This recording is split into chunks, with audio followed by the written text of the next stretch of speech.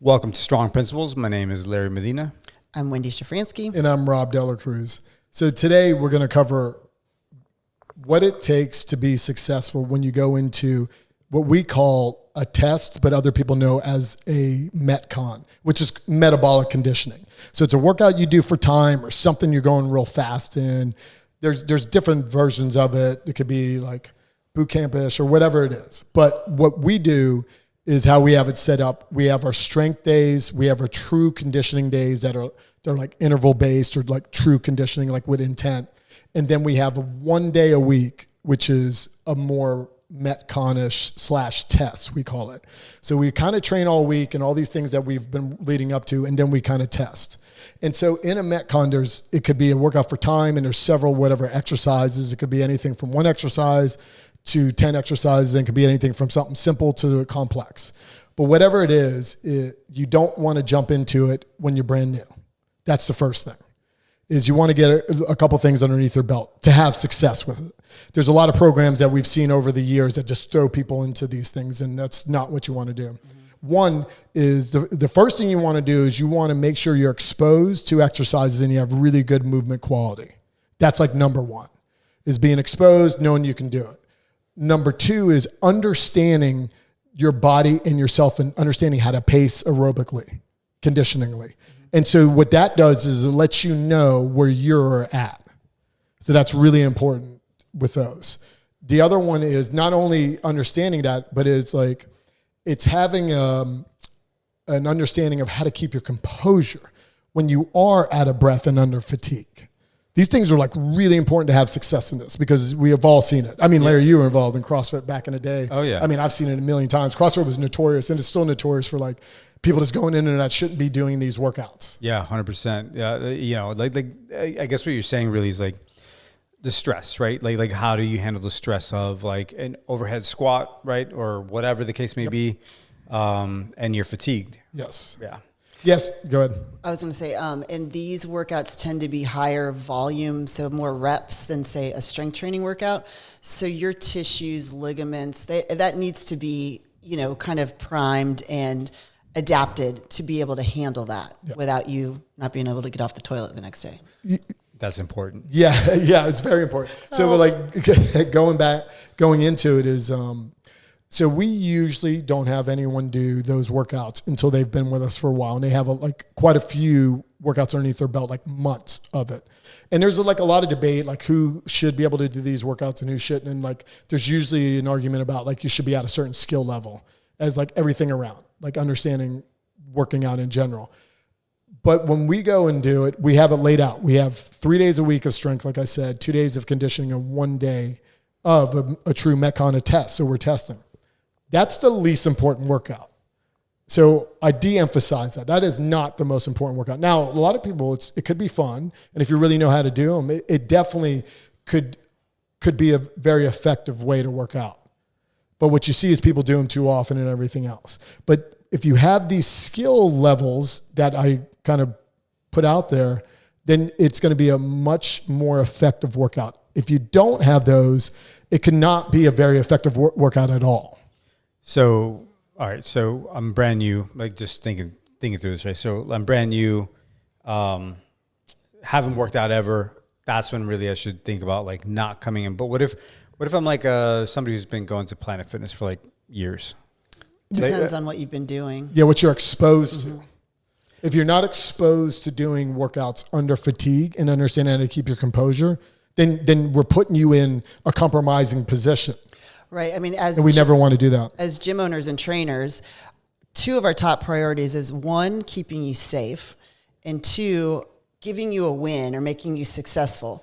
And if you're not ready for a MetCon, 1, it could be dangerous. You're not moving well and you're moving fast, maybe under load. And 2, you might get your ass handed to you and not enjoy yourself at all. And, so those 2 things could just fly out the window. Is it going to set you back? Right. Yeah. Absolutely. Yeah. Those MetCons can have a lot of intensity in them. Okay. And you need to be at a certain place to be able to handle that. Right. Wendy touched on this a little bit. So those workouts, like sometimes there are higher volume, but no matter what, and this is where people don't understand. And I've argued with people a lot of times in certain spaces, is that when you're doing that MetCon and you're underneath that exposure of intensity, those reps are not normal reps because you're such stressed. Your body's under such fatigue when you're doing them. It's like double reps. Right. So the tissue exposure is going to be different. Yeah. So say there was a strength training workout and we're going for, hypertrophy, and it's 5 sets of 10 back squats, rest in between, good reps. Which 5 sets of 10 is a lot. Right. But I'm just, but yes. I would say 3 sets of 10, 30 is a lot. I'm taking you on a journey. I just know. wait. So that's 50 total reps. Yes. Now you have a MetCon with 50 wall balls, and then you go into a whole bunch of other stuff. That contraction rate of going really fast is going to get you sore, way more sore than a heavier back squat with rest in between and focus. Yeah. And people don't realize this, Larry, in programming it's like a 2-to-1 of exposure. So like that pattern or that particular exercise is like double. So when you're programming in the week and throughout whatever, that's going to go into other days. I just like that Rob immediately hypothetical was like, no, you can't do that. And I'm doing math in my head. I'm doing math. Ooh, wait a second. Rob's like, no, you can't do that workout. Get out of here. I was like, wait a second, 50? I like the 10 reps, but it was like 5 sets. I was like, 3 sets. I needed to get to the number. No, I 50. I get it.